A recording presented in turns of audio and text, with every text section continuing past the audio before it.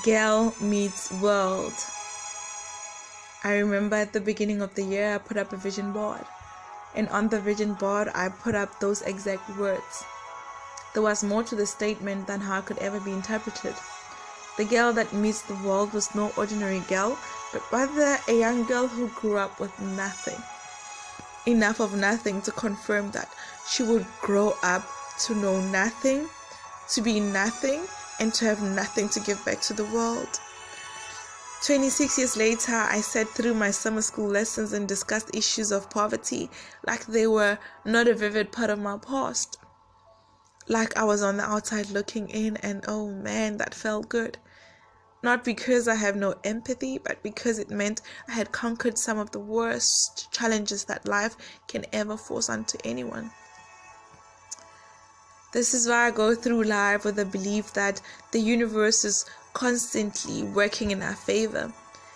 And for this reason, I'm forever in awe of just how incredibly beautiful life truly is, even with its constant hidden mysteries that continue to knock us off our feet, on our faces, and feeling utterly helpless.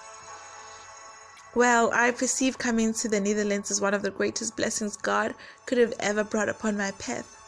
Hence, I came with absolutely no expectations. All that I had was an open mind, happy heart for such an incredible opportunity, and lastly, the will to grow in every possible way.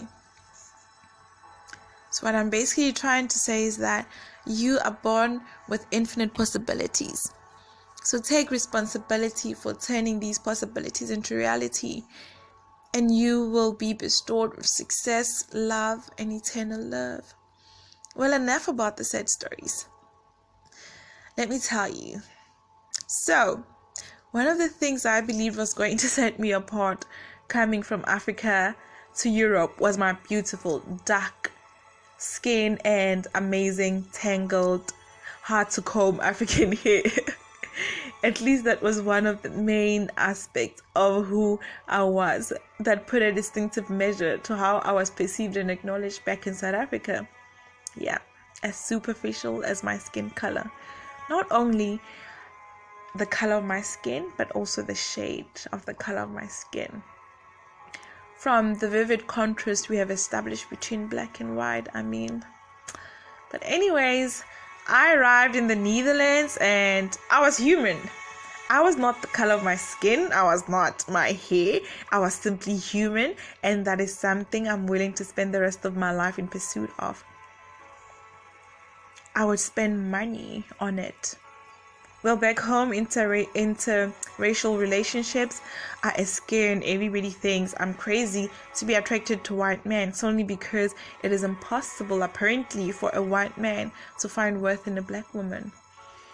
On the contrary, I spent 3 weeks, not 1, not 2, but 3 weeks, trying to make a decision between a million white Dutch men who thought I was gold.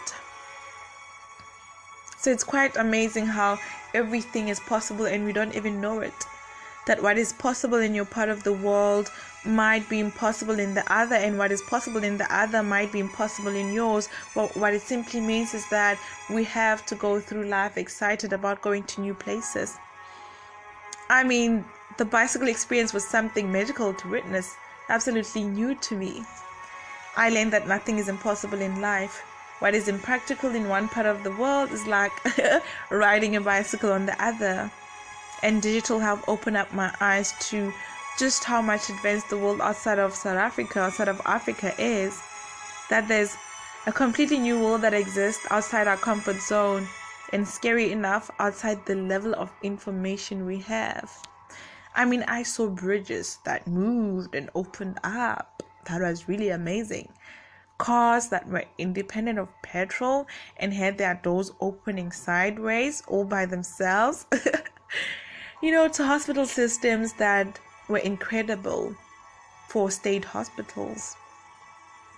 And man, the experience that comes with just meeting people from different cultures, eating food from different cultures, friends from different cultures.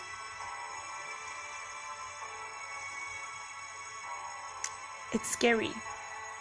It's scary. It's so scary that what if love and reality are big things, so big that we can only ever see a tiny bit and we think we've seen the whole thing.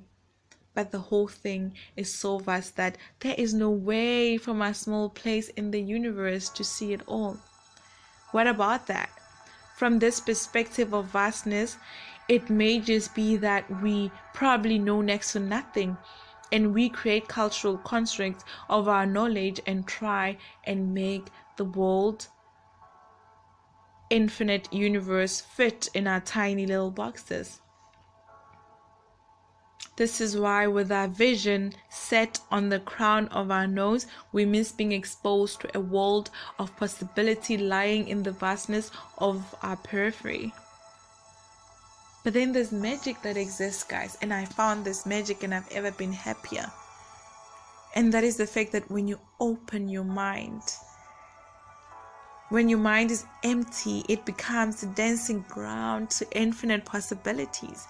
So in conclusion, the world is our oyster, but first we have to believe. Have faith in all that we aspire for.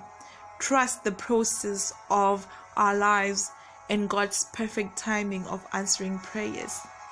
And while we do so, love one another and celebrate our differences